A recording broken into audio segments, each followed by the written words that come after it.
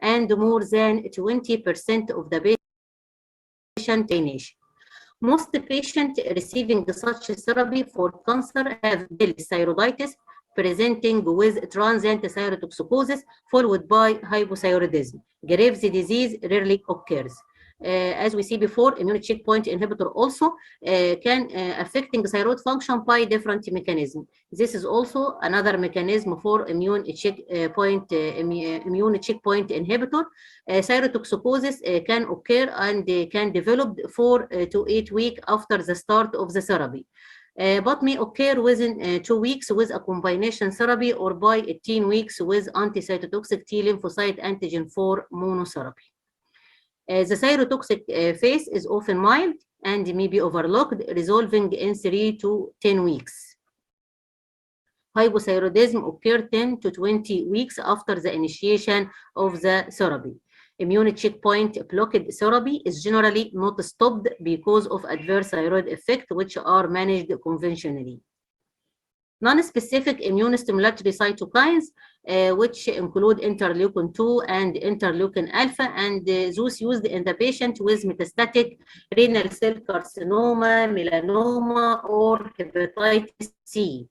Non-specific immunostimulatory cytokines result in thyroid dysfunction in 15 to 50% of the patient with variable degree of hypothyroidism, and which often preceded by thyrotoxicosis due to thyroiditis.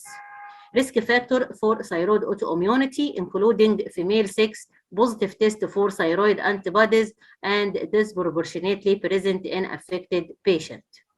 Another drug, which is humanized monoclonal antibody against the cell surface antigen CD52. This drug leading to a profound depletion of circulating beta cell and T cell and high rate of thyroid autoimmunity in patients with multiple sclerosis. Subacute thyroiditis and subsequent primary hypothyroidism are also seen with increased frequency after elmetuzumab therapy. Dysfunction are diagnosed within 3 years after the completion of the therapy, but cases have occurred 5 to 9 years after drug cessation. The fourth group, which interfere with endogenous thyroid function, which cause direct thyroid damage and cause thyroiditis. This is include tyrosine kinase inhibitor. Tyrosine kinase inhibitor or multi-kinase inhibitor have been found to be associated with increased risk of thyroiditis. The most widely reported changes occur in patients receiving sunitinib for metastatic renal cell carcinoma or gastrointestinal stromal tumor. The mechanism may be related to ischemia resulting from the inhibition of vascular endothelial growth factor receptor by several drugs in this class. The fifth group is the drug affecting the protein binding of thyroid hormone. We have two groups. Group increases in thyroxine binding globulin, and this include oral estrogen, methylene, methadone, heroin, selective estrogen receptor modulator. Another group of drug decreases in thyroxine binding globulin, and this include androgen, glucocorticoid, and niacin. The most commonly and clinically relevant changes in thyroxine binding globulin occurs with the use of estrogen containing the drug. In such a patient, there is increases in protein binding, leading to additional binding of T4, even in the presence of low free T4 level. So consequently, in the patient dependent on exogenous thyroid hormone will have an increased dose requirement after initiation of oral estrogen treatment.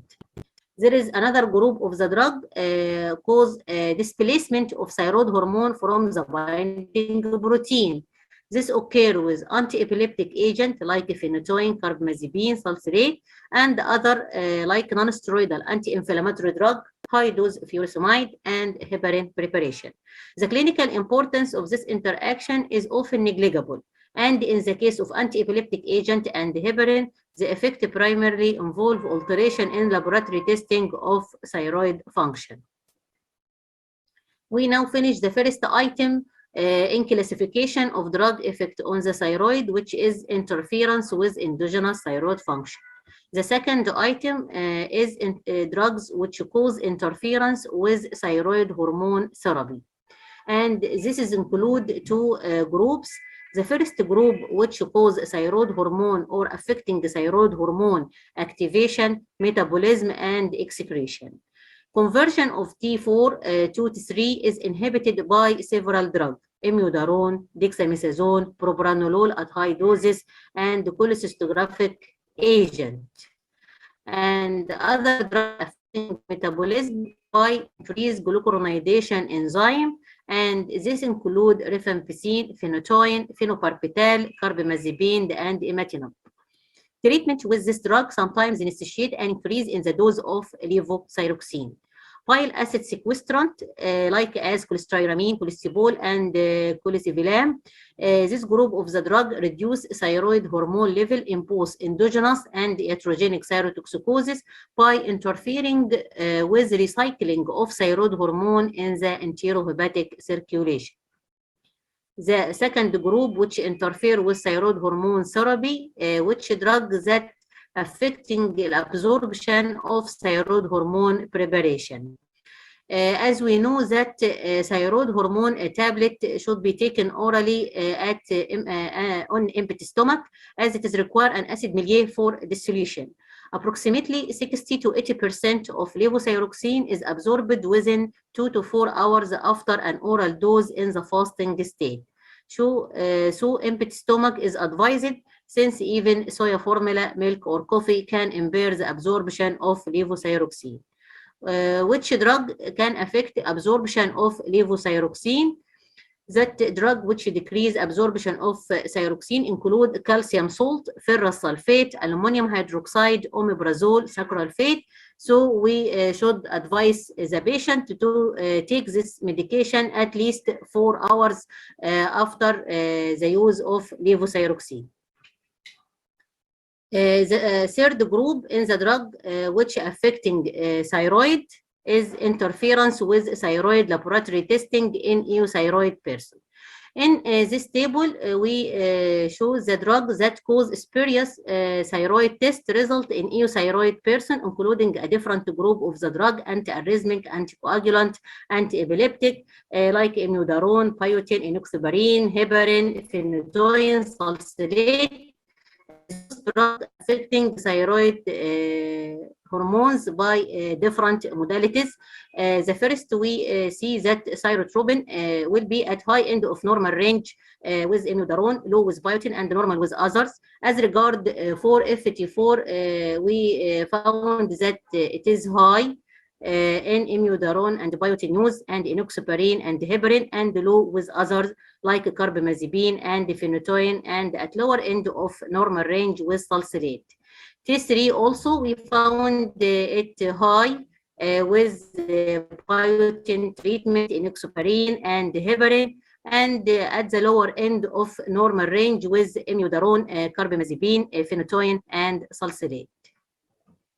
Effect of thyroid dysfunction on drug metabolism. This is the last item in my presentation.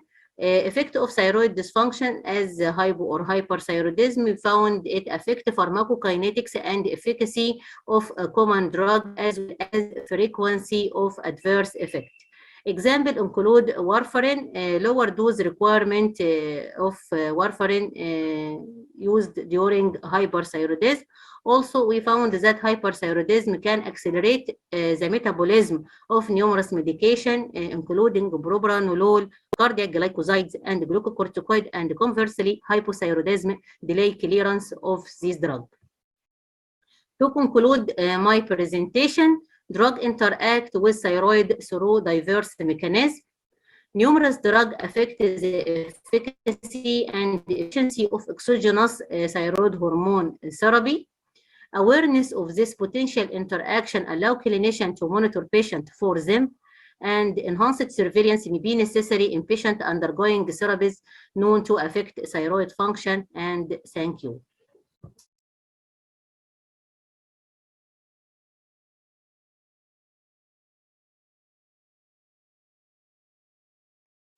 Thank you, Dr. Ghada, for a very lovely presentation and very nice comprehensive review. We move on to the next speaker now. Dr. Naji Al-Jahani is well known to most of you. He's well known in the whole region. He's a consultant endocrinologist in King Fahad Medical City. After receiving the Saudi and the Arab Board in Internal Medicine, he went to Manitoba, Canada, and he did his endocrinology and metabolism training. He also did another fellowship in thyroidology in U of T, University of Toronto, and he's one of a kind that has 2 fellowships in endocrinology and 1 in thyroidology. He's well known in the thyroid field in the region, and tonight he will give us a recent advances in clinical thyroidology. Dr. Naji? Okay, thanks, Dr. Wiam and Dr. Sami for sharing this session, and I would like to thank also the organizing committee and the Arab Thyroid Association for this opportunity to be with you to give update about thyroid update or thyroid recent advances. This is like King Fahd Medical City where I work. This is a tertiary center in Riyadh, and I don't have any conflict of interest. And my presentation will give a little brief about introduction. I will give about updated thyroid guidelines, thyroid disorder in pregnancy, Graves' hyperthyroid, thyroid nodule, and thyroid and COVID, and others. Just to let you know what I will present mostly in 2021, from January to December, in the specific type of thyroid. Level of evidence highest will go with guidelines or meta-analysis systemic review or something like well-designed randomized control trial. Types of journal usually with impact factor high, like with agreement of 5, probably maybe 1 or 2 will be 3 or less with impact 5, but most of them with well-established and high impacted journal. It will be English language because there is like French, Chinese, I didn't go through it. And we present positive versus negative result. However, we are more with the positive result. Of course, there is limitation at this short period of time. They're very difficult. There is more than 10,000 articles in thyroid in this year. Just I did like search and they just look and focus for those with high impact journal and those go more with meta-analysis or guidelines. So what I will present, there is actually 4 guidelines this year published. One about congenital hypothyroid, iodine contrast media management, T4, T3 treatment, and anaplastic thyroid cancer. There is also some topic about thyroid disorder and pregnancy, one of them guidelines, but also fertility and women health, Graves' hyperthyroidism and orpitopathy, and there is updated from EGOGO trial or EGOGO group. They have updated clinical practice guidelines. Thyroid nodule and molecular testing, thyroid and COVID. However, in COVID, we don't have like large paper. However, there is, but it is with low impact. So we give just brief about what's the update in thyroid and COVID in this year. And of course, there is like others remaining. We will present it briefly. So this is like the American Thyroid Association guidelines for management of anaplastic thyroid cancer. This is published in early this year. And as you know, staging of thyroid cancer, anaplastic is almost all of them T4 or stage 4. So stage 4, 4A, if it is only in thyroid, still localized. Stage 4B, which is extended beyond the thyroid, but not distant mets. And stage 4C is any tumor, but there is like distant mets. So this is like the initial evaluation for staging, test and procedure, like laboratory, comprehensive chemistry, blood urea, creatinine, thyroid function test. However, we request TG and TTG, but we know that in anaplastic, they don't produce or express thyroglobulin well. Imaging like PET-CT, preferable whole body, CT of neck, chest, MRI if PET not available, and other procedure like laryngoscopy or esophagoscopy. So these are panel of routine immunochemical marker, and there is like different between anaplastic and poorly differentiated thyroid cancer. However, in some extreme cases of poorly differentiated thyroid cancer, very difficult to differentiate. But the mitotic index is very high usually in anaplastic thyroid cancer, but does not express other, like does not express thyroglobulin or other. So here, the initial management in type 4A If it is localized in the thyroid, the guidelines suggest just surgery, definitive intention therapy, surgical. Then after that, external beam radiotherapy. If the patient 4B, if this resectable or non-resectable, if this is not resectable, just check the BRAF, because anti-BRAF can work in those patients like darbepoetin and others. If this not resectable, if this not generally preferable, not resectable, just external radiotherapy and consider like palliative treatment. In patient with 4C, this is like from the start, just aggressive care and like consultation about this patient is like most of the time is incurable. So if aggressive care desired, if no, just supportive care and end of life. If it is yes, palliative or cytotoxic chemotherapy. Again, if the patient have BRAF positive, we can start with medication, targeted therapy like the darbepoetin and others. If not, just we will give like chemotherapy, sometimes palliative chemotherapy or external beam radiotherapy or just supportive care. So key steps in management of anaplastic thyroid cancer in this guideline, it encourage rapidly and definitively establish the diagnosis. It need team like from surgeon, radiotherapist, oncologist, endocrinologist, or thyroidologist. Determine extent of the disease, if this like stage 4A or 4C, because there is different in management, and patient counseling from the start to establish individualized goals and what we want, us and also the patient at the end. Evaluate surgical option and if this option is available or no. It's decision making usually by a team approach. And there is non-surgical management like palliative or just targeted therapy. And end of life care discussion in the foreground for patient from the start. The second guidelines published also this year, actually it is a meeting of European thyroid, British thyroid, as well as American thyroid. This is initiated by Nicholas Jacqueline and about T4, T3 use guidelines. However, when I review these guidelines, they don't recommend to give, but mainly they recommend a well-designed trial to start or to initiate. You can start in those trials or future trial for those people for T4, T3 guidelines. So they put like this in topic, probably like 10 topics, and they give a vote for expert from these three society. And if it is above 75 will be acceptable. If it is less than that, it will be not acceptable. So the first question was local control of thyroid hormone action, type 2 deiodinase polymorphism, and effect of T4 immunotherapy versus combination. And they recommend, even in the future trial, to include those people with polymorphism of with hypothyroid. Selection of participant in combination therapy. After you exclude and you give good dose with strict compliance, then those people, they can be recruited for combination therapy trial. A patient should be at least in 1.2 mic per kg of T4 in order to be eligible. And there is T4 monotherapy daily produce stable low normal T3 with low level being in more thyroidexomized patient. Most people who need or they might benefit those who have thyroidectomy rather than just only Hashimoto thyroiditis. T4 monotherapy produced increased T4 T3 ratio compared with negative euthyroid, and the pharmacological equivalent is 1 to 3. And combination with T3 given daily produce up to 40% increase in T3 level above trough level. And this combination is expected to produce 17, 44, and 88 fluctuation serum T3. And this is why T3, if it will be given twice or probably even 3 times a day.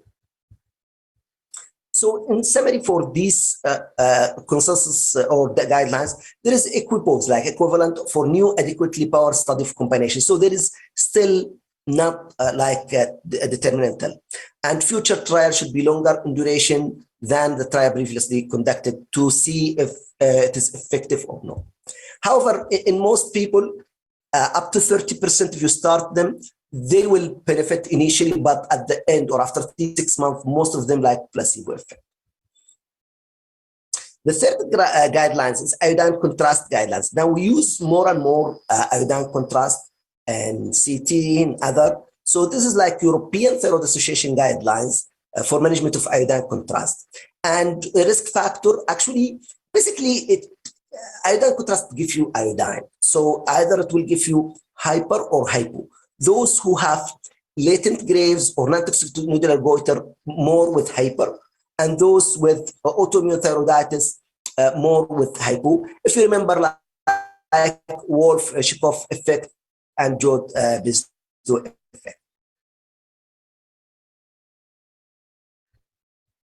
And what they recommend, contrast in general population is not recommended for general. Screening in high-risk patient, it is mainly case finding, and those people with high risk, either those with cardiovascular disease or elderly. Is baseline thyroid is contraindication to is baseline thyrotoxicosis is contraindication? No, except in offered hyperthyroid, yes, it is better to avoid. To give like other imaging like ultrasound or MRI. Should high risk patient for ICM, which is iodine contrast media, induce hyper, receive prophylactic treatment before radiological examination? In general, no. You can consider methimazole for emergency radiation exam in very high risk patient, like patient elderly or ischemic heart disease, etc. But apart from that, you don't need to have prophylactic. And this is the first before you give. Now, monitoring for patient after the radiological exam. Does the exposure affect thyroid function? In most cases, yes, but most of the time it is transient and within normal range, so you don't need to bother off. Should thyroid function be monitored after? In general, no. However, in high risk, probably after 1 month. When can isotope image of thyroid or radioactive iodine treatment be performed after the exposure? Previously, we considered 6 months, 3 months. There is several studies show that even less than that. So this, it will be cleared probably 1, maximum 2 months from the system. So it can be done after 2 months. In diagnosis and management, establish the diagnosis of hyper. Check the history. If the patient have history previous exposure, request also a history exam, thyroid function test, urine iodine. This will help you if this in excess it indicate that this patient exposed to the thyroid and can affect it to the iodine and can affect his thyroid, and TRAP and ultrasound. The management, if it is mild, just supportive. Stop the contrast and beta blocker and supportive. In severe, consider antithyroid medication. If the patient not controlled, you can add perchlorate. And what are the recommendations? Even in mild cases for elderly, better to even treat those patients because they are high risk. Diagnosis and management, establish the diagnosis of hypo, again, TSH antibodies, and again, history of previous exam. And what's the management? Monitoring T4 in younger patient with symptom or with patient with chronic thyroiditis and women who plan to be pregnant, they can be eligible for treatment. The fourth guidelines is congenital hypothyroid guidelines. I know that there is a presentation from Arab Thyroid Association about mainly congenital, so just I will go briefly on congenital hypothyroid.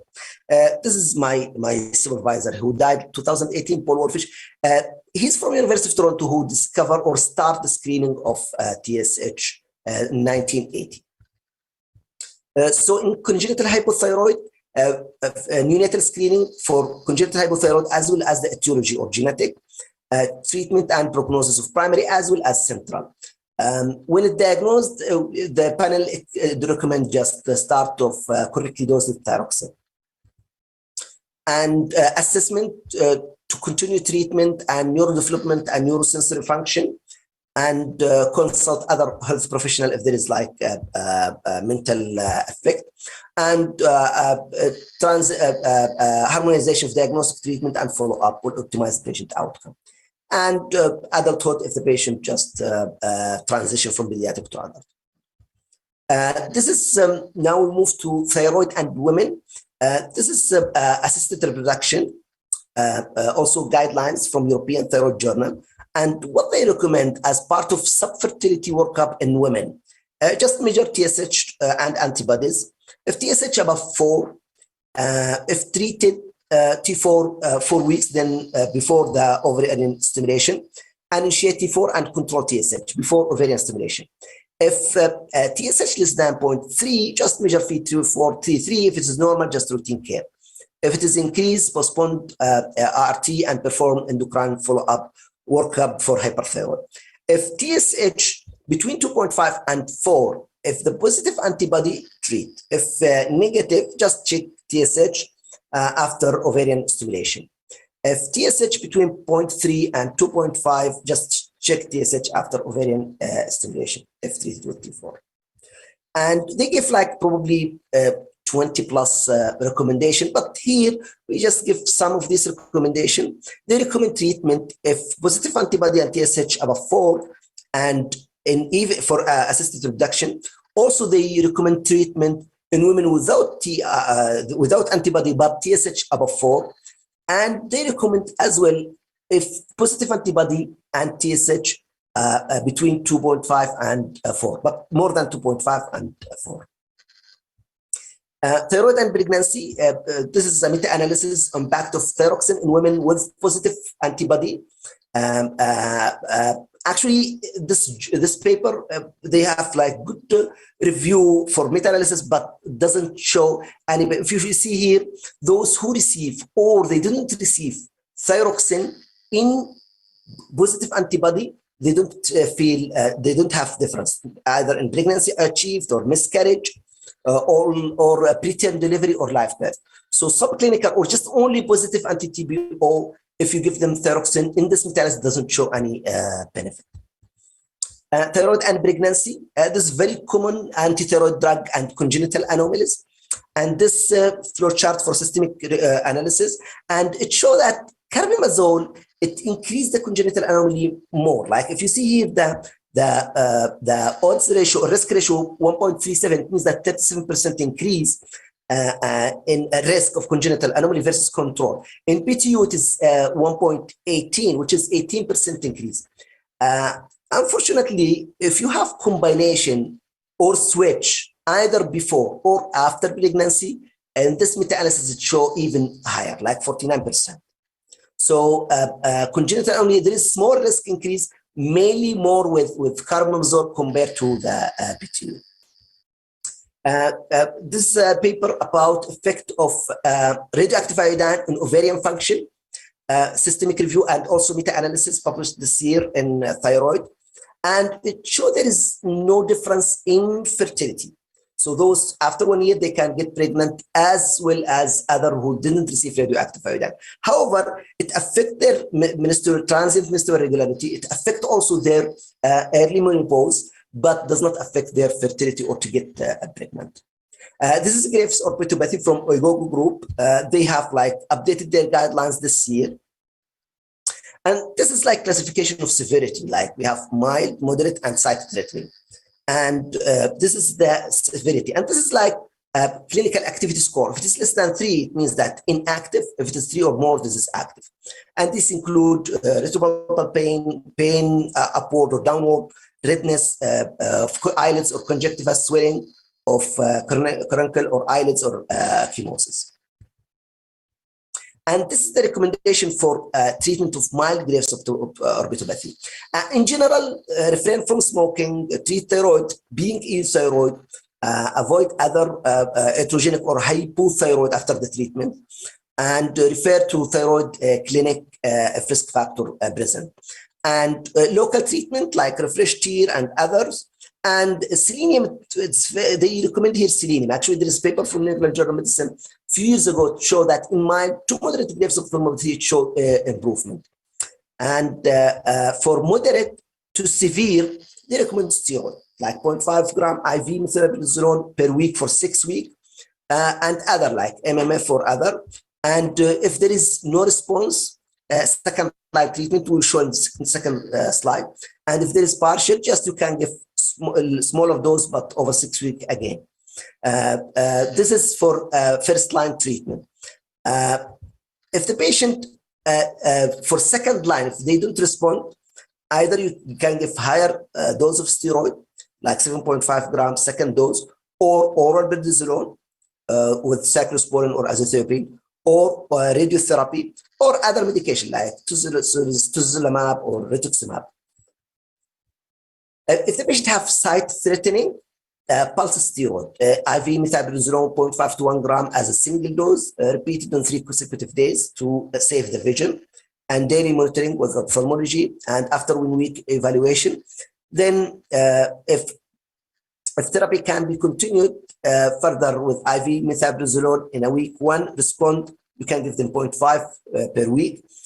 If partial, just you can either surgical urgently or consult a person who's ophthalmologist who's specialized in constructive surgery for the eye.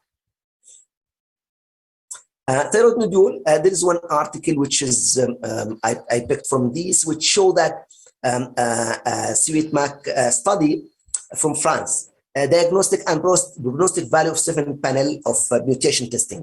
The aim of this prospective study was to evaluate diagnostic and prognostic in indeterminate cytology. So this dilemma for patient with FNA indeterminate cytology, which is a type of indeterminate significant follicular neoplasm or suspicious for cancer. So here, these are tests performed, and it showed that accuracy almost up to 90%. And it increased this genetic testing, it increased the risk of cancer from 16 to 67% in mutating nodule, and decrease the wild type by 9%. And this confirmed the relevance of 7-panel mutational test. And here what they suggest, the proposed for stage 3-4, which is a type of indeterminate significant or follicular neoplasm, 7-panel testing. If no molecular alteration, nodule with suspicious feature, you can go surgery. If no suspicious feature, just do ultrasound, FNA 6 to 12 months, stable, just active surveillance. If there is molecular alteration like BRAF, RET, RAS, etc., from these 7, just proceed with surgery. They recommend for people with 5, if perform 7 testing, it will tell you that if you can go more with aggressive surgery or less surgery, like with lymph node or without lymph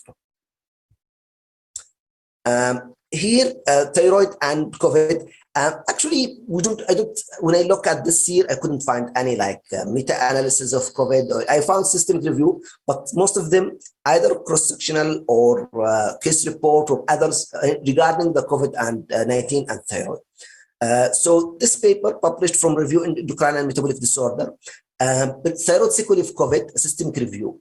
What they did, they searched all PubMed with this, and they, after removal of all duplicate, they found 247 record, and after they exclude like letter or etc., they have 9 reviews, included 2 systematic review and 7 narrative review.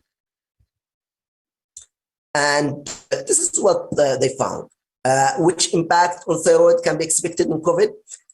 Mainly, the patient have thyrotoxicosis, hypothyroid, non-thyroid illness, especially if the patient admitted to the ICU or if the patient who is COVID who is sick. It is difficult to distinguish if this thyroid as a result direct or indirect effect of the viral infection. Low T3, or sometimes they call it low T3 syndrome, as well as thyrotoxicosis, it can predict poor outcome in people with hospitalized with COVID. Is there a higher risk of SARS infection among thyroid? The answer was no, it doesn't show. And has the management of thyroid patient to be adapted in presence of SARS? In general, no, and just monitoring, but they don't need any further management. COVID and COVID vaccine and thyroid, this, it seems to be, there is few case reports, some of them published in thyroid, and it found that after the vaccine, by few weeks, people, they develop mainly thyrotoxicosis, mainly indicated by interleukin 6. But this is just case report. You don't have like meta-analysis or large group of data, but you can watch for vaccine and thyroid patient or initiation of Graves' disease. This from other like vitamin D and thyroid, meta-analysis and systemic review published this year. And this is the flow chart. Actually, it shows that there is, for people with autoimmune thyroid disease, there is significant correlation. There is low level in vitamin D for people with autoimmune thyroid, and also in Graves, mainly if those people who are above age of 40. It's done 40 to show there is no significant. And people with Hypothyroid also, they have lower level of vitamin D. So to summarize my presentation, we spoke about thyroid guidelines, T4, T3 treatment, congenital hypothyroid, iodine contrast, anaplastic thyroid cancer, thyroid disorder in pregnancy, as well as fertility, and these guidelines also for assisted reproduction from European Thyroid Association. Graves, hyperthyroid orbitopathy, mainly Igogo clinical practice guidelines, updated this year. Thyroid nodule and molecular testing for indeterminate nodule. Thyroid and COVID, and we have like limited data on this subject, but we need to look for. And also as well as others. Thank you. Well, thank you so much, Dr. Naji. This was very informative and interesting presentation that I personally really enjoyed. And we proceed with the next speaker. And the next speaker for this evening would be Dr. Raed Al-Dahash, who is a consultant endocrinologist at the King Abdulaziz Medical Center, National Guard in Riyadh. He had his fellowship in thyroid disease and thyroid cancer, and also a fellowship that he completed in 2016 in Toronto. And before that, he had a fellowship in endocrinology at the King Saud bin Abdulaziz University for Health Sciences. It was in 2014. He's a doctor in medicine from the College of Medicine at the King Saud University, and he obtained that in the year 2008. So Dr. Raed will be talking about thyroid emergencies, and I'm looking forward to listen to his presentation. And the floor is yours, Dr. Raed. Thank you so much, Dr. Dr. Sami, for your nice introduction. First of all, I want to thank the organizing committee and Saudi and the Arab Thyroid Associations for inviting me to give these lectures. And actually, this forum was very informative to endocrinologists. Special thank for Dr. Nasser Al-Jhani to invite me to in this forum. And I want to thank all hidden soldier that behind preparation for this lectures today.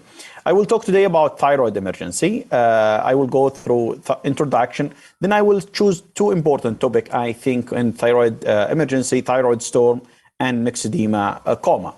As you know, as introduction, the thyroid disorder occurred in spectrum range of subclinical hypo and hyperthyroidism, then or clinical hypohyperthyroidism, and sometimes it's going deep to Maxidemacoma and thyroid storm. We will start with the thyroid storm. So I will go through introduction, brief physiology, pathophysiology of thyroid storm, then epidemiology, then the risk factor, then presentation, then diagnosis and management. So as introduction, I want just to tell all of my colleagues that the thyroid storm is very rare, but it's life-threatening condition characterizing by... Yes? The slides are not... the slides, yes, they're not... Yes, thank you. Can you just put it on screen? Okay, so I will stop sharing. I will reshare again. Sorry for this.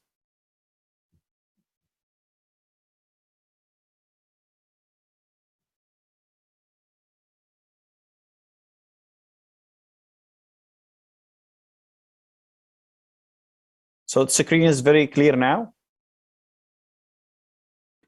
Yes, but make sure they're moving forward. Okay, now it's moved. Not yet, doctor. Slideshow, please. Sorry, what can I do? Slideshow. Okay, slideshow. Now I do slideshow. It's clear now? It's moved? Not yet, doctor. I don't know. In my case, I can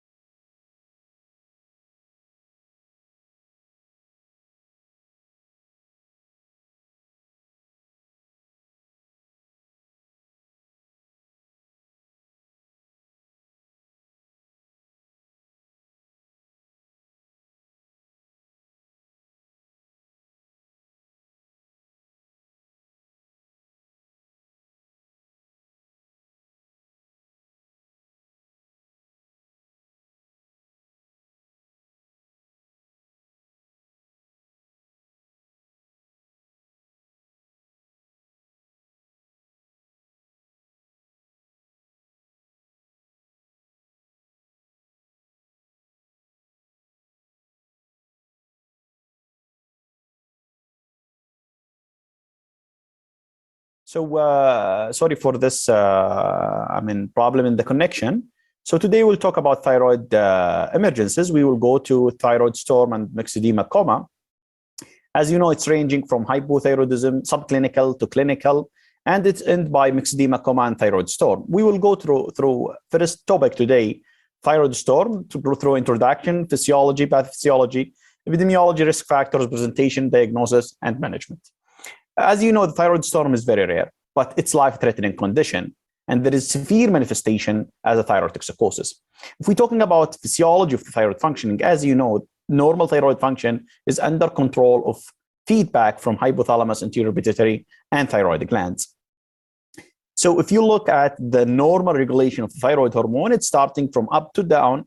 It's starting in hypothalamus, TRH, then after that in anterior pituitary gland, the TSH, then going to thyroid gland to secreting the T4, then after that converted in the peripheral tissue to T3. So the thyroid hormone thyroidesis, this is about the physiology of hormonal thyroidesis. As you know, the free T4, some of them it will be secreted from thyroid glands, and the others it will be from peripheral tissues. So 20% mostly the T3 directly from thyroid glands, and 80% it's circulating T3 coming from peripheral, converging T4 to T3. The entire process controlling by negative feedback lobes with peripheral thyroid hormone inhibiting release and thyroidesis of TSH and TRH. The majority of thyroid hormone is protein bindings to thyroid binding globulin and albumin. So in these circulations, if there is any problem with these circulations, it will be a problem in the thyroid, either in overactivity or decreasing activity. As you know, the peripheral conversion, it's done by deiodinase. So in anything blocking the deiodinases, it will decreasing the thyroid hormone synthesis like thionamide and BTU, propyl thiouracil. Also, glycocorticoids and beta blocker, it will inhibit the peripheral conversion of T4 to T3. In this slide, it just show you the thionamide, either numocorozole or methimazole. It will inhibit through many processes in the thyroid glands or even in the conversion from T3 T4. But the beta blocker and amiodarone or iodine contrast media, it will working in peripheral tissue, peripheral conversion from T4 to T3. Also, although the iodine, it can inhibit the thyroid hormone thyroidesis. The exact physiology of thyroid storm is poorly understood, but there is several hypotheses that talking about this as acute increase in release of T4 or T3 from thyroid glands, and acute illnessing causing decreasing protein binding of T4 and T3 in the serum, resulting in increasing free T4 and free T3. Role of the nervous system activations also, it play a major role, then augmentation of cellular response to thyroid hormones. So the acute increase, it's most important mechanism behind the storm, and acute increase is seen after radioactive therapy or thyroidectomy or discontinuation of antithyroid medications or administrations of iodine contrast also seen. Rapid improvement in clinical condition after peritoneal dialysis or plasmapheresis supporting this theory. Acute illness in this theory, acute illness leading to decrease in protein binding of T4 and T3 due to decrease in production of transthyretin or due to production of inhibitory of T4 and T3 binding protein. They lead to decrease in bound from T4 and T3, it ultimately reducing to increase in serum concentration of these hormones causing the storm. This is supported by finding of one study found that while the total T4 and T3 level were similar to those seen in uncomplicated case, the free T4 and free T3 was high in those patients with the storm. Role of sympathetic nervous system activation, many symptoms and signs of thyroid storm mimic those catecholamine axis, suggesting rules of the sympathetic nervous system activation. The dramatic improvement in symptom following the beta blocker supporting this hypothesis.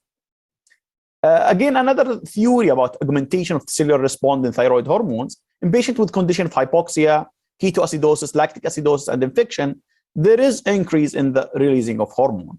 So this might be suggest for this theory.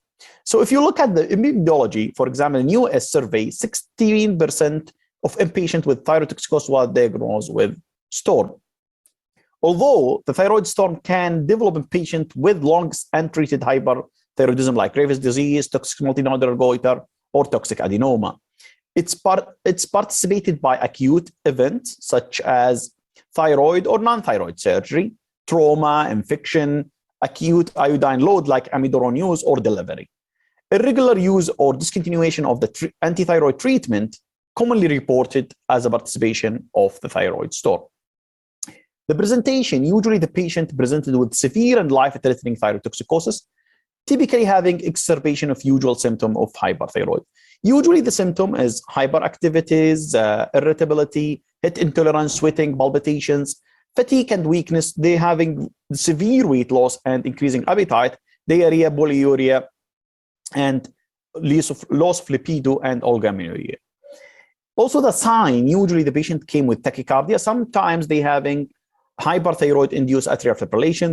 They came with tremor, goiter, and moist skin, warm. Usually they having muscle weakness, and they have lid retractions, gynecomastia, and signing of Graves or betopathy. The clinical feature, usually it's rapid onset. They having fever with very high grades. Usually it's progressive, and they having warm skins, usually goiter and exophthalmos. Usually having tachycardia more than 140. Some of those patients, they are having atrial fibrillation. Usually they are agitated, delirium, psychosis. Some of them they are end by coma. Usually the clinical feature came with diarrhea, nausea, abdominal pain, and explained jaundice.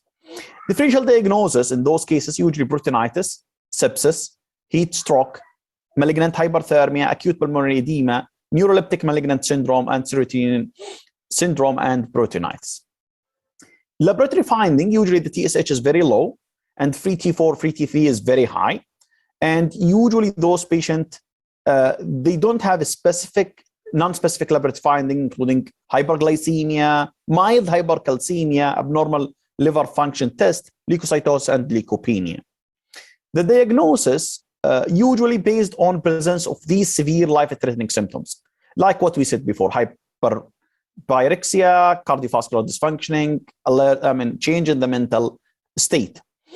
There is no universal acceptance criteria. There is many tools. In 1993, one of the professors, they having the scoring system to help us in diagnosing thyroid storm. So they said, if you're having 45 and above, this is suggesting thyroid storm. If you have a score from less than 25, this is unlikely. From 25 to 44, this is suggest of this thyroid storm. Another diagnosis, usually in the feature or clinical findings, like central nervous system involvement, tachycardia, fever, congestive heart failure, gastrointestinal symptoms. This is usually by Japanese Thyroid Association. They make it in their guidelines. So if we look at the oldest guideline by Prof. Warchfog, so he said this is the usually diagnostic criteria for the thyroid storm. And you go through it and calculate how much score. If more than 45, this is suggestive of thyroid storm. If less than 25, this is not thyroid storm. From 25 to 44, it's supporting the diagnosis.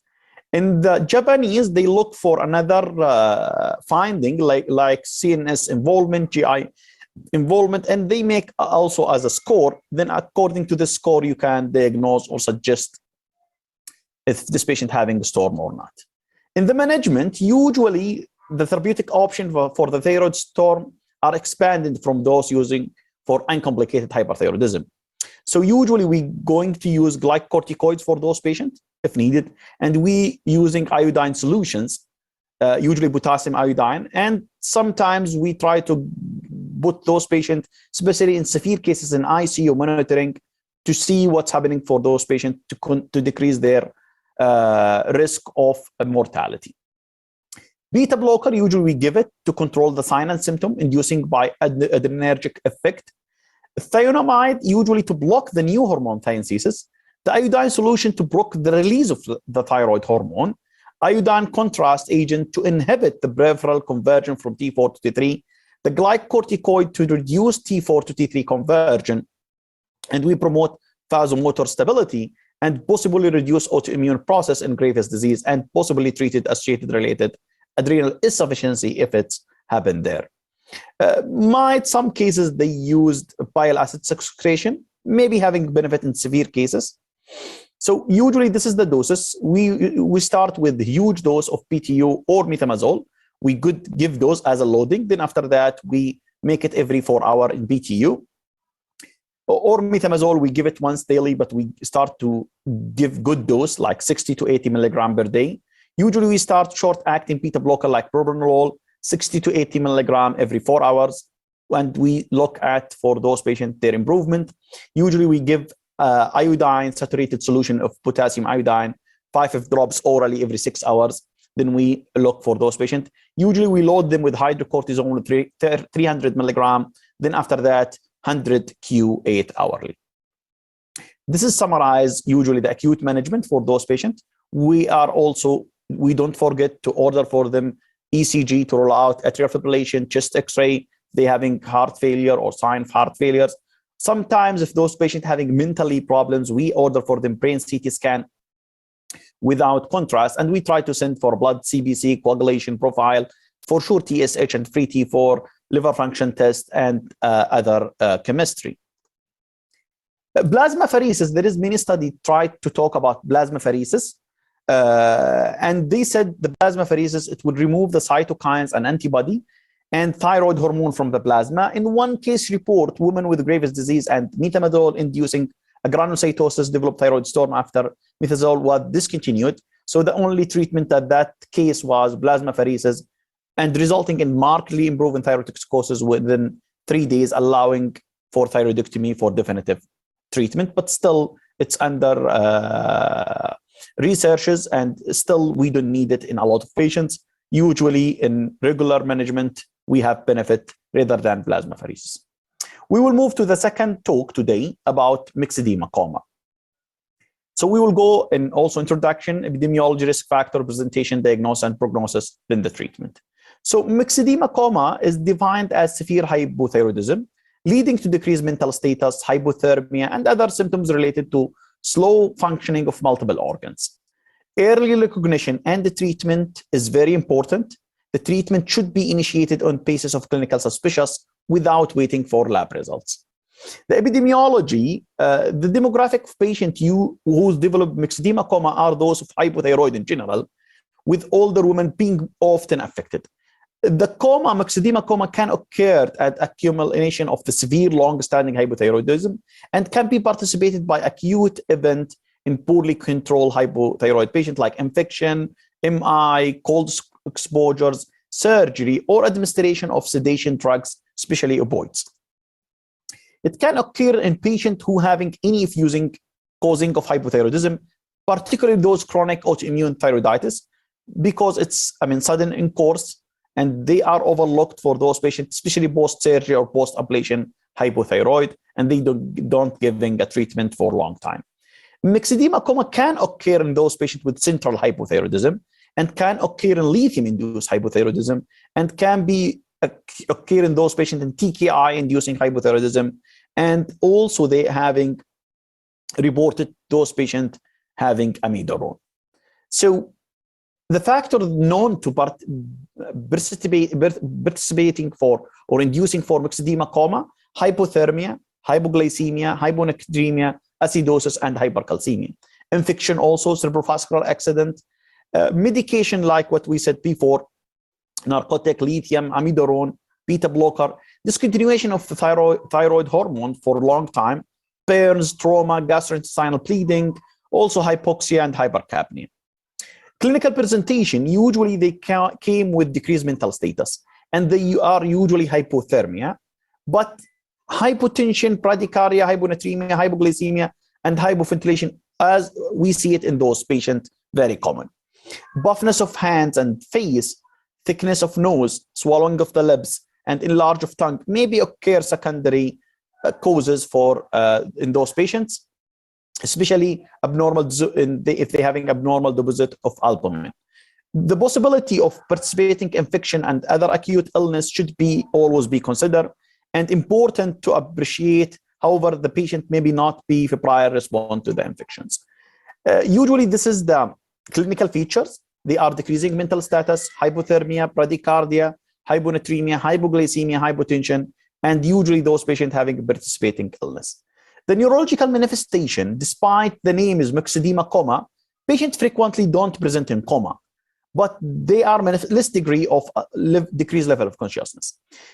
This usually taking the form of confusion with lethargy, and some of the patients maybe extend more. More activation presentation may be occurred for those patients, especially if they are having psychotic features. It may progress to the coma. Hyponatremia, they are presenting in half of the patient with Maxidemacoma. Very common, the hyponatremia is there. It can be severe and can be contributed to decrease in mental status. Most, but not all, the patient having impaired in free water excretion due to inappropriate excess vasopressin secretion and impaired renal functioning. In addition, some patients may be having committance adrenal insufficiency, so that's why we give those patients loading of steroids.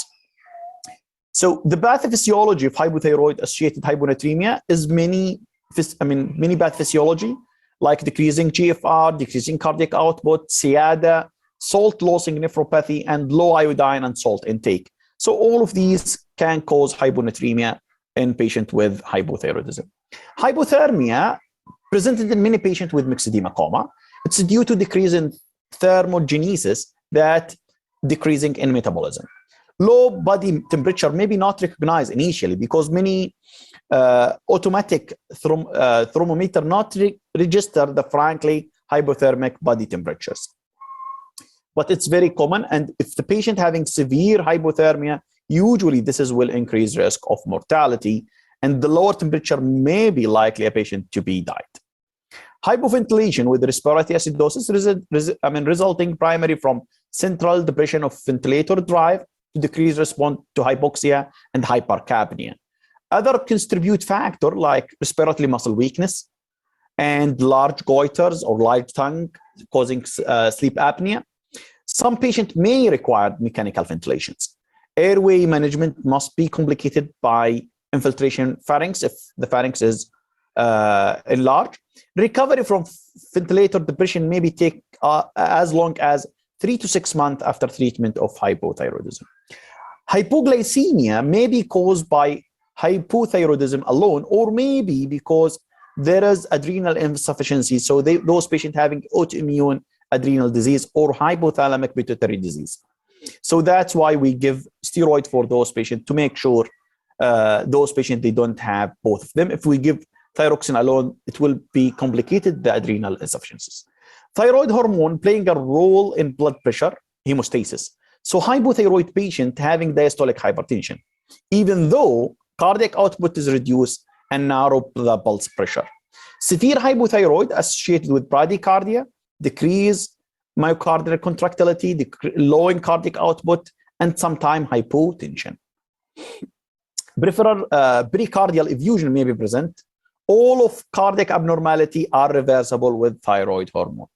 The diagnosis initially based on history, physical examination, and excluding other causes of the coma. One of the things we should be consider if we having hypothermia, hyponatremia, hypercapnia. Important clue to possible presence of the Maxidemacoma is poorly respond to the patient, especially for those patients, they having thyroid scar, or those patients receiving radioactive iodine, and they stop the treatment. This is a cue, especially in initial presentation and emergency. Laboratory evaluation, as you know, when we suspect, we should order for TSH, free T4, and cortisol level. The serum T4 concentration is usually very low. TSH may be very high if it's primary, and sometimes low if it's secondary hypothyroidism. Most of the patient with Maxidemacoma, they having primary hypothyroidism. In patients with central hypothyroidism may be associated with hypopituitarism and secondary adrenal insufficiencies. ACTH respond to cortisol. We should check for ACTH just in case for those patients with adrenal insufficiencies. Diagnose scoring. Also, we have a scoring to diagnose the Maxidemacoma. However, we have limited numbers. So this is just a diagnosis score. If the score is 60 and above, this is very suggestive of Maxidemacoma.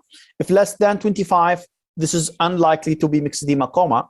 From 25 to 59 is suggested the risk of Maxidemacoma. Again, this is the scoring system. It can help the people to calculate it and suggest if this patient having Maxidemacoma. The prognosis, usually the Maxidemacoma is endocrine emergency that should be managed aggressively because the mortality rate is very high, ranging from 30 to 50%. In the report of 149 Japanese patients with Maxidemacoma, the mortality was 30%. Older age, those with cardiac complication, reducing consciousness, needing for mechanical ventilation, persistent hypothermia, and sepsis, it's increasing risk of mortality. The treatment, is if it's suspected, the treatment should be initiated without waiting for lab confirmations. It's very emergency cases, and the mortality is very high.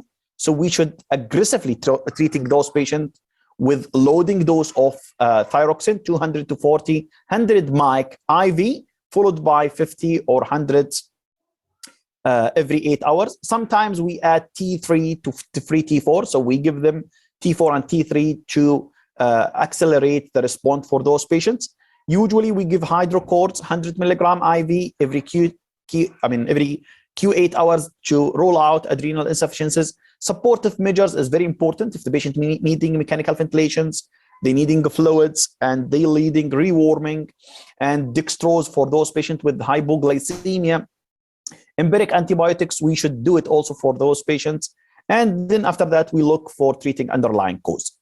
The choice of therapy, as we said before, T4 is be used. Sometimes we add T3 for those patients to increase the response and increase rapid action of NSAIDs. So we give T3 and T4 at the same time. How we give it, as we said before, we should giving the loading dose. Then after that, we make it every 4 hours. Usually we decrease the dose if we suspect those patients having coronary artery disease or arrhythmia. So we decrease the dose for them. In patient also T3, we starting loading dose with 5 to 20 mic, can be given following by 2.5 to 10 mic every 8 hours. Then after that, we see the response. Usually we decrease the dose in elderly patient and those with coronary artery disease. As we said before, when we suspect, we should start aggressively, and we should monitor those patients and the response of the treatments. Glycocorticoids, we should give it for the patient, especially if we suspect that those patients having adrenal insufficiency, especially in those cases with secondary hypothyroidism. Supportive measure is very important. As we said before, those patients should be monitored initially in ICU setting, and we should control their glucose, hypothermia, underlying infection, and electrolyte if those patients having hyponatremia or other problems. Sometimes in severe hypotension, we need vasopressor for those patients to see what's their response. In summary, both condition as rare but life-threatening condition, it's required immediate diagnosis and immediate management. Thank you so much.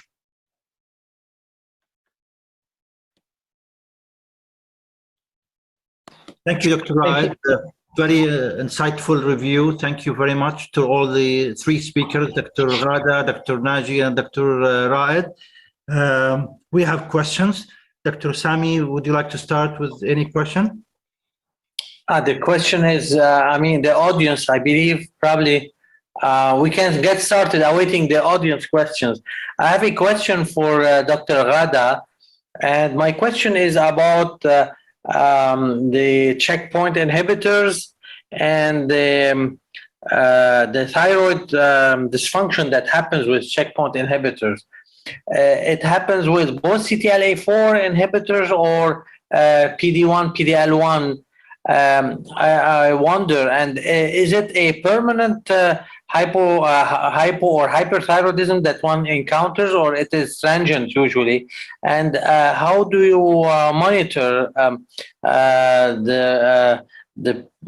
progression of the condition over time while people are on treatment and when they stop the treatment with CTLA-4 or with PD-1, PD-L1 inhibitors? Actually, patient treated with immune checkpoint inhibitor, cytotoxic T lymphocyte antigen 4, it causes hypophysitis. This is the first one. Hypophysitis, if occur, including central hypothyroidism, adrenal insufficiency, and hypogonadism. Gonadal and thyroid function seen to recover in one half of the patient, but adrenal axis recover, as I mentioned, rarely occur. This is as regard checkpoint inhibitor. As regard the programmed cell DIS1 receptor, it causes primary thyroid dysfunction, and I have no sufficient data about it is permanent or transient. Also, immune checkpoint inhibitor affecting thyroid function by increase thyroid autoimmunity. And its effect on thyroid autoimmunity, it causes thyrotoxicosis, which is after a few times it return to or hypothyroidism occur. And also in this condition, thyrotoxic phase occur in 3 to 10 weeks, and then after that hypothyroidism occur from 10 to 20 weeks after the initiation of the therapy. And we cannot stop immune check inhibitor because of its adverse thyroid effect, which can be managed. Yes, excellent. But my question is, I don't want to stop it because of the thyroid disease, but if you happen to stop the treatment, and if you induce the autoimmunity, is that immunity lifelong, persistent, or not? But I guess you answered that. You don't have answer to that, and we don't have long-term data. So yes, I agree with you. Thank you. Anyone?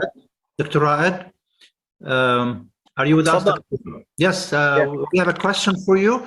The question is regarding if you ever encountered a thyroid storm in pregnancy and what should be the management if it's different.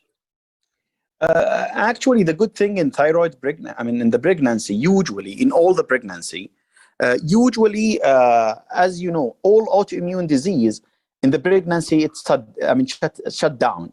Usually, we don't having a cases to having a storm in the pregnancy. But if this is happening, the good thing that the BTU can be used in pregnancy, especially in the first trimester. But in the second trimester and the third trimester, we can use methimazole or BTU, any one of them. But can be used, the medication, yes, and the management can be used safely. Hydrocortisone also can be given for those patients. So the management, it will be the same, unless it's first trimester, we prefer the BTU rather than the methimazole. And as you know, in the pregnancy emergencies, usually we take care, we concentrate in mother life rather than the pediatric life. If we lose the mother life, we will lose the pediatric life. So we concentrate in the mother life, but usually the good thing that the medication is allowed to be used for both of them. Okay, thank you. And one more question for you also, Dr. Raed. If she's not pregnant, if the patient is not pregnant, which is your preference for you, BTU or methimazole? Which is faster in action? Usually the BTU is faster action for those patients. So we prefer the BTU in emergency cases, usually, and we load them and we monitor it every 8 hours. So we prefer in case of emergency, the BTU rather than the methimazole. Thank you. Dr. Sami? Is the PTU probably better because of the inhibition of the 5' deiodinase, better than the methimazole or the carbimazole? Yes, and it's short acting. The methimazole is long acting. So they have the PTU having double action and rapid improvement for those patients, because in those patients, the every minute is very important as a life-threatening conditions. So we prefer them initially. Then after that, we monitor what's happening to the patients. I have a, thank you. I have a question for Dr. Naji, if he's with us, regarding the fertility and a woman who is intending to get pregnant, and she happens to have positive antibodies. And some people would advocate treating anyway positive antibodies, irrespective of the TSH level. I understand from the guidelines that you would opt for treatment if the TSH is above 2.5 with the positive antibodies. Can you reconcile between this and the other school of thought of giving to give thyroid replacement therapy for people with positive antibodies, irrespective of the baseline TSH level at the onset of the pregnancy, or in women desiring fertility, are on treatment for fertility? Okay. From NEGRO study, people or women with positive antibody and normal TSH compared to women with negative antibody and higher TSH, the risk of abortion or miscarriage higher in people with positive anti-TPO. However, it doesn't show, like in meta-analysis, doesn't show if you give, it will prevent. This is like case finding, people with recurrent abortion, etc., with positive anti-TPO, you can give. If it is above 2.5, it is advisable to give. If it is more than 4, definitely you need to give. But in people like TSH, for example, 1 and positive antibody, this is case finding because it doesn't show there is a benefit. However, in people like in practice, in recurrent abortion, we might give them the benefit of the doubt with serums. Yes. So I understand you leave it for those who are at risk for abortion or with a history of recurrent abortion. You treat. Yes. Otherwise, you would be conservative, and you don't treat. You just observe. Yeah. A good way of looking at it. Sure. Dr. Naji, since you're with us, there's a question about cancer. Since you alluded in your talk to cancers, the question is, if you have a patient with thyroid cancer on suppressive thyroxine therapy, which is better, to stop the treatment and check thyroglobulin and the antibody, or you can do it while on treatment and suppressive doses? Basal thyroglobulin for anyone. However, you need to do stimulation thyroglobulin, provided that they have negative anti-TG. This is mainly in well-differentiated thyroid cancer. This is in papillary thyroid cancer and follicular thyroid cancer. It's not in medullary or anaplastic, what I spoke about anaplastic. So the basal, if it is positive, it means that there is like, this is positive. If it is borderline or negative, this is not truly negative, unless you have like high immunoassay. So better to do stimulation. We have like different method of stimulation TG, either by TSH recombinant or to injection, or withdrawal of 21 days, or withdrawal 4 weeks, or withdrawal 6 weeks with giving T3 and withdrawal of T3 2 weeks. So stimulation TG and neck ultrasound in people with low to moderate risk, it have high sensitivity up to 99% to detect any recurrence. Yes. I have a question for Dr. Naji too. Can I ask you? Yeah, fine, sure. Yeah, the question is about the COVID-19 vaccination and thyroid disease. There are reports of post-vaccination picture like, or subacute thyroiditis picture. And there are reports also, anecdotal reports, and I've had patients developing Graves' disease-like picture with induction of TRAB. Did you come across anything in the literature about any? Actually, in vaccination, most of the report came. There is two cases reported from thyroid this year. It showed that this is thyroid or Graves. I have one of my patients. I didn't report it yet. But again, he took the vaccine. After 2 weeks, he came with tachycardia, etc. And when we checked, it came positive TSH receptor antibody as well as hyperthyroid induced by vaccine. So it can both, but there is reported cases of Graves' disease after the vaccination. However, these are few reported. We need maybe more pooled data and more study on those, or observational study on those people. Yes. Sure. Thank you, Dr. Naji, do you know the vaccine that your patient took and the other case reports which vaccine? In my case was Pfizer, but in the report they don't mention the type of vaccine. They mention just COVID-19 vaccine. So, but this is in state, most likely like Johnson and Johnson. But even in subclinical thyroid or thyroiditis, it came with both types, like Astra and Pfizer vaccine. I have a question for Dr. Raed.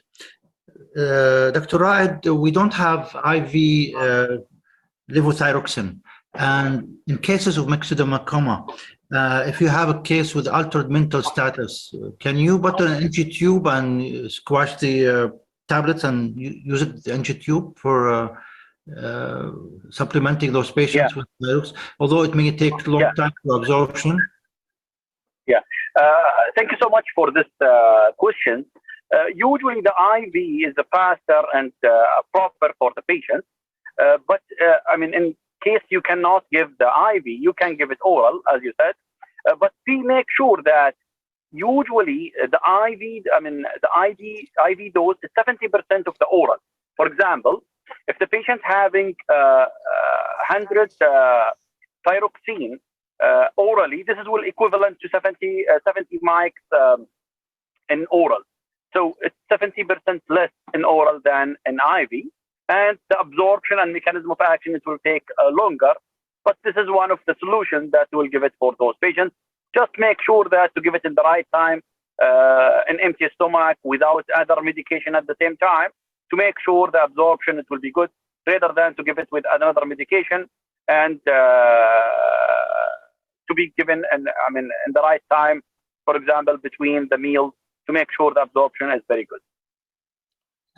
As a follow-up to this question for you, Dr. Raed, there were reports of giving rectal thyroid hormone replacement for those who cannot take IV, and those who with the oral the absorption is erratic, and because of the edema that takes place in the GI system, they don't have good absorption via NG. So are you aware of any recent reports or any data on that? No, I don't review any data talking about this, but usually we're using the IV in most of the cases, but I know there is difficult cases. I remember one case, I go through it, they give the thyroxine through the big tube directly to the stomach, and they try to measure the response, and the patient is respond very well. So they pick the big tube directly to the stomach in one of the cases, and those patients, they respond very well. And we see it a lot in the patients that stroke patients or those cannot swallow. So usually the relative, they crush for them the thyroxine and give it through the big tube. Good, thank you. Dr. Ghada, I have a question for you. Dr. Ghada, are you with us? Okay, so I'll ask the question to Naji. Dr. Naji, the question is regarding the update you mentioned with iodine induced disease. Is there a dose that can affect, or there is no specific dose, with iodine induced thyroid disease? There is no specific dose, but as you know, with CT contrast, there is a large iodine content, even more than normal physiological. So in most of those cases, like in CT or any contrast media, these guidelines will apply. But there is good doses with iodine for those patients who undergo or underwent CT contrast or others. Okay, great. Any more questions, Dr. Sami? I think this was very interesting. The three presentations were excellent, and I personally learned many things, and it is refreshing for our knowledge on these interesting topics. So the topics were kind of interesting, and the way they delivered them and the coverage of the topics was excellent. So I commend the three speakers and thank them for their time and effort in preparing this talk. And thank you, Dr. Wiam, for all your help in putting this all together and for the success in this meeting. Thank you. Thank you, everyone. Have a good night. We'll see you in the beginning of the year. We have another series of webinars through the Arab Thyroid Association, inshallah. Thank you all. Have a good night. Thank you. Okay, thank you. Allah يعطيكم العافية. Bye-bye. يعطيكم العافية. Thank you so much. Thank you. Next.